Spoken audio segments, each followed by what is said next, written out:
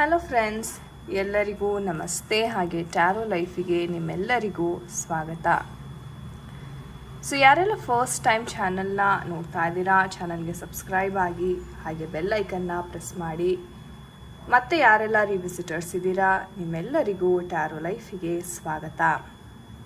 So friends, ಇಂದಿನ ಒಂದು ವಿಡಿಯೋದಲ್ಲಿ ನಿಮ್ಮ ಒಂದು ಪರ್ಸನಿನ ಮನಸ್ಸಿನ ಮಾತು, ಅಂದರೆ ಕೆಲವೊಮ್ಮೆ ಪ್ರೀತಿ ಇದ್ರೂ ಹೇಳ್ಕೊಳಕ್ಕಾಗದೇ ಇರ್ತಕ್ಕಂಥ ಪರಿಸ್ಥಿತಿಗಳಿರ್ತವೆ, ಅಥವಾ ಏನಿದೆ ಅವರ ಒಂದು ಮನಸ್ಸಿನಲ್ಲಿ ನಿಜವಾಗ್ಲೂ ಏನಿದೆ, ನಿಮ್ಮ ಬಗ್ಗೆ ಏನು ನಡೀತಾ ಇದೆ, ಆಲೋಚನೆಗಳಂತಕ್ಕಂಥದ್ದು, ಅವರ ಪ್ಯಾಟ್ರನ್ಸ್, ಥಿಂಕಿಂಗ್ ಪ್ಯಾಟ್ರನ್ಸ್ ದಿನನಿತ್ಯ ಯಾವ ರೀತಿ ಬದಲಾಗ್ತಾ ಇದೆ.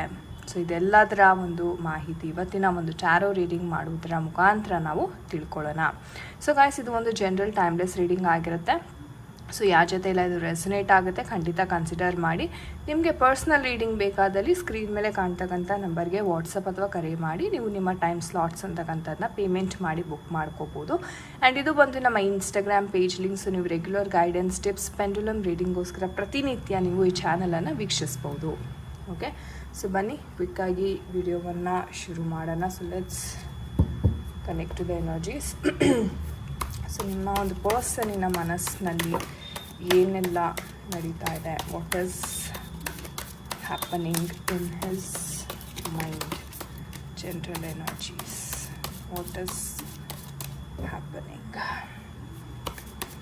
ಏನೆಲ್ಲ ನಡೀತಾ ಇದೆ ನಿಮ್ಮ ಒಂದು ಪರ್ಸನಿನ ಮೈಂಡಲ್ಲಿ, what is happening. more energies. Okay, so ನೋಡೋಣ ಏನೆಲ್ಲ ಎನರ್ಜೀಸ್ ಬಂದಿದೆ ಅಂತ. So we have 3 of cups, 6 of swords ಬಂದಿದೆ. ಸ್ವಾರ್ಡ್ ಎನರ್ಜೀಸ್ ತುಂಬ ಬಂದಿದೆ. ನಾನು ಎಕ್ಸ್ಪ್ಲೇನ್ ಮಾಡ್ತೀನಿ ನಿಮಗೆ, so nothing to worry. So cups energy and bottom of the deck ನೋಡೋದಾದರೆ, so we have this knight of swords. Sword energies ತುಂಬ ಬಂದಿದೆ. So ನೋಡೋಣ ಇದರ ಅರ್ಥ ಯಾವ ರೀತಿ ಬರುತ್ತೆ. Okay, so this are the energies friends. See, current situation ನೋಡೋದಾದರೆ, ನಿಮ್ಮ ಪರ್ಸನ್ ತುಂಬ ಅಗ್ರೆಸಿವ್ ಆಗಿದ್ದಾರೆ ಆ್ಯಂಡ್ ಒಳ್ಳೆ ಮೂಡಲ್ಲಿ ಅವರು ಇತ್ತೀಚಿನ ದಿನಗಳಲ್ಲಿ ಇರೋದಿಲ್ಲ. ನೀವು ಕಾಲ್ ಮಾಡಿ ಮಾತಾಡಬೇಕಂದ್ರೂ ಒಂದು ರೀತಿ ಹೆಸಿಟೇಟ್ ಮಾಡ್ತಾರೆ, ಅಥವಾ ಇಗ್ನೋರ್ ಮಾಡ್ತಾರೆ, ಅಥವಾ ನನಗೆ ಸಮಯ ಇಲ್ಲ ಅಂತ ಹೇಳೋದು.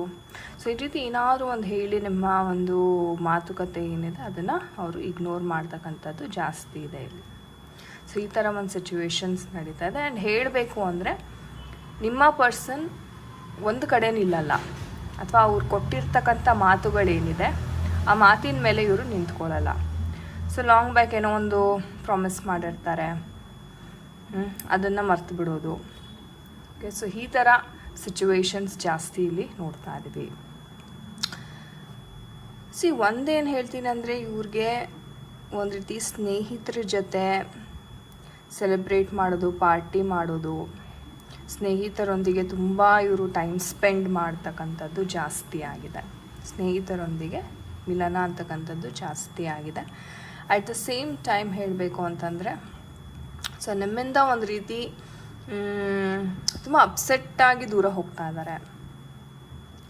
ಸೊ ಇದು ಬಂದು ಅವ್ರಿಗೆ ನಾನು ಹೇಳ್ದಂಗೆ ಇಂಟ್ರೆಸ್ಟ್ ಕಮ್ಮಿ ಆಗಿರ್ಬೋದು, ಅಥವಾ ಎಮೋಷ್ನಲಿ ಇವ್ರಿಗೆ ತುಂಬಾ ಆಪ್ಷನ್ಸ್ ಇರೋ ಥರನೂ ಕಾಣ್ತಾ ಇದೆ. ಅಂದರೆ ವ್ಯಕ್ತಿ ಅಷ್ಟು ಜೆನ್ಯೂನ್ ಇಲ್ಲ ಇವಾಗ. ಮುಂಚೆ ಅದ್ಭುತವಾಗಿತ್ತು, ಒಪ್ಕೋತೀನಿ, ಬಟ್ ಇವಾಗ ಅಷ್ಟು ನನಗೆ ಇದು ಅಷ್ಟು ಜೆನ್ಯೂನ್ ಅಂತಕ್ಕಂಥದ್ದು ಕಾಣಿಸ್ತಾ ಇಲ್ಲ. ಹೇಳಬೇಕು ಅಂತಂದರೆ ಅವ್ರಿಗೆ ಒಳ್ಳೆ ಇಂಟೆನ್ಷನ್ಸ್ ಸಹ ಇತ್ತು. ಓಕೆ, ಇದನ್ನು ಒಳ್ಳೆ ರೀತಿ ನಾನು ತೊಗೊಂಡು ಹೋಗಬೇಕು ಅಂತ. ಬಟ್ ಇವರ ಮೈಂಡ್ಸೆಟ್ ನೋಡಿದ್ರೆ at some point of time positive ಆಗೂ ಯೋಚನೆ ಮಾಡ್ತಾರೆ, and one point of time ತುಂಬ ನೆಗೆಟಿವ್ಗೆ ಹೋಗ್ಬಿಡ್ತಾರೆ. ನೀವು ನೋಡ್ಬೋದು, ಅವ್ರ ಮದುವೆ ಬಗ್ಗೆ ಸಹ ಯೋಚನೆ ಮಾಡಿದ್ದಾರೆ. ನಿಮ್ಮ ಜೊತೆ ಸೆಲೆಬ್ರೇಷನ್, ನಿಮ್ಮ ಜೊತೆ ಒಂದು ಪಾರ್ಟಿಗೆ ಹೋಗೋದು, ಅಥವಾ ಎಲ್ಲಾದರೂ ಫಂಕ್ಷನ್ಸ್ಗೆ ಅಟೆಂಡ್ ಮಾಡೋದು. ಸೊ ಏನೋ ಒಂದು ಸೆಲೆಬ್ರೇಷನ್, ಬರ್ಡೇ ಸೆಲೆಬ್ರೇಷನ್ಸ್ ಇರ್ಬೋದು. ಸೊ ಏನೋ ಸೆಲೆಬ್ರೇಟ್ ಮಾಡಬೇಕು ಅನ್ನೋ ಒಂದು ತುಂಬ ಪಾಸಿಟಿವ್ ಇಂಟೆನ್ಷನ್ಸ್ ಇದೆ. ಅಥವಾ ನಿಮ್ಮ ಬರ್ಡೇನೋ ಅವ್ರ ಬರ್ಡೇನೋ ತುಂಬ ಹತ್ತಿರದಲ್ಲಿರ್ಬೋದು. ಸೊ ಅದನ್ನು ನಾನು ಸೆಲೆಬ್ರೇಟ್ ಮಾಡಬೇಕು ಈ ಸಲ ಅನ್ನೋ ಒಂದು ಪಾಸಿಟಿವ್ ಥಾಟ್ ಇದೆ.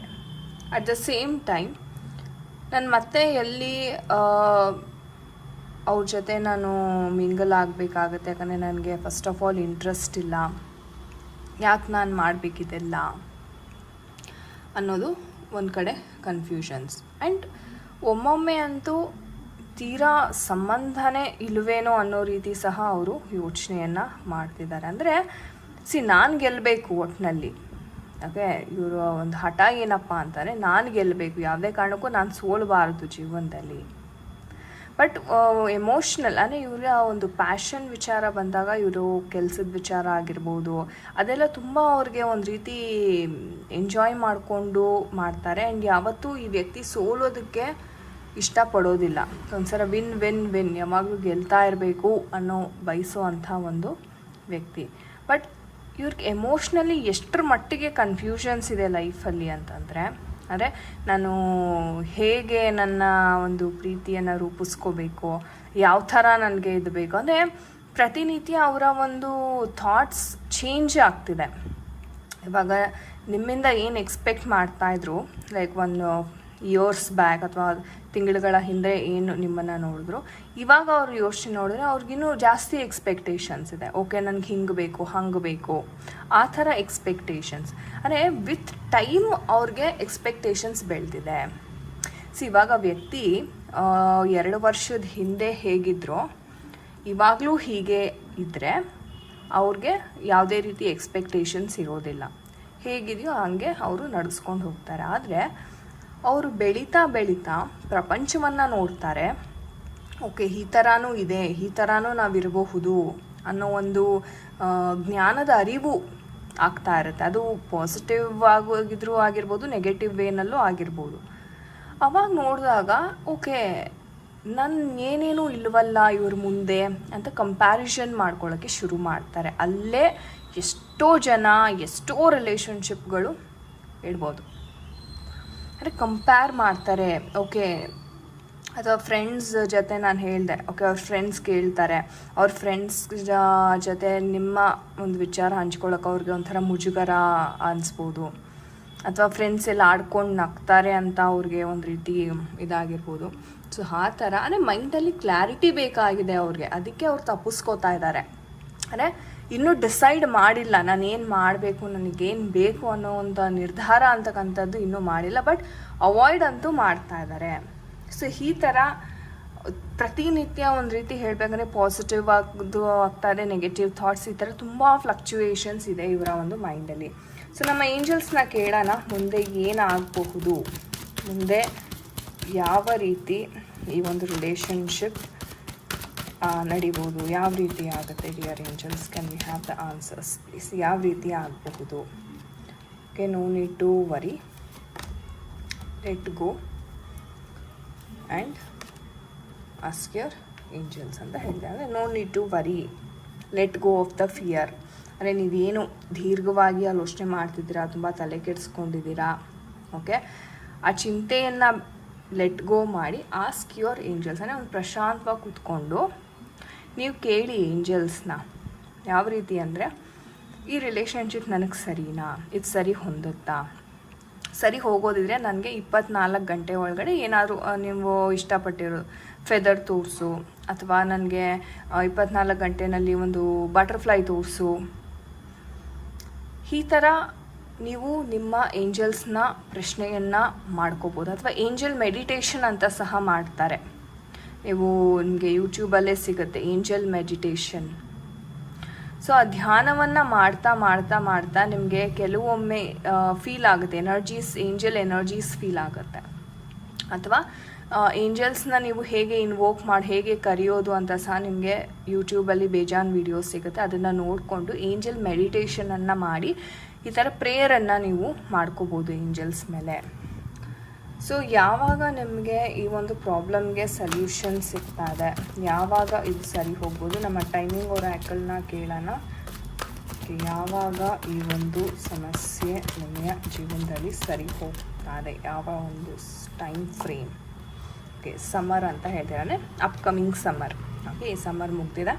ಸೊ ಅಪ್ಕಮಿಂಗ್ ಸಮ್ಮರ್ ಅಂದರೆ ಅರೌಂಡ್ ಮಾರ್ಚ್ ಏಪ್ರಿಲ್ ಅಷ್ಟೊತ್ತಿಗೆ ನಿಮಗೆ ಈ ಒಂದು ಸಮಸ್ಯೆ ಒಂದು 7-8 ತಿಂಗಳು ಒಳಗಡೆ ನಿಮಗೆ ಇದು ಪರಿಷ್ಕಾರ ಅಂತಕ್ಕಂಥದ್ದು ಸಿಗ್ತದೆ.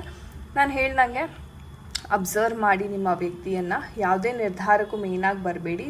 ನಿಮ್ಮ ಸೆಲ್ಫ್ ರೆಸ್ಪೆಕ್ಟ್ಗೆ ತುಂಬ ಅವರು ಅಗೌರವವನ್ನು ನೀಡ್ತಾ ಇದ್ದರೆ ಖಂಡಿತ ಅದಕ್ಕೆ ತಕ್ಕನಂಗೆ ಆ್ಯಕ್ಷನನ್ನು ತಗೊಳ್ಳಿ.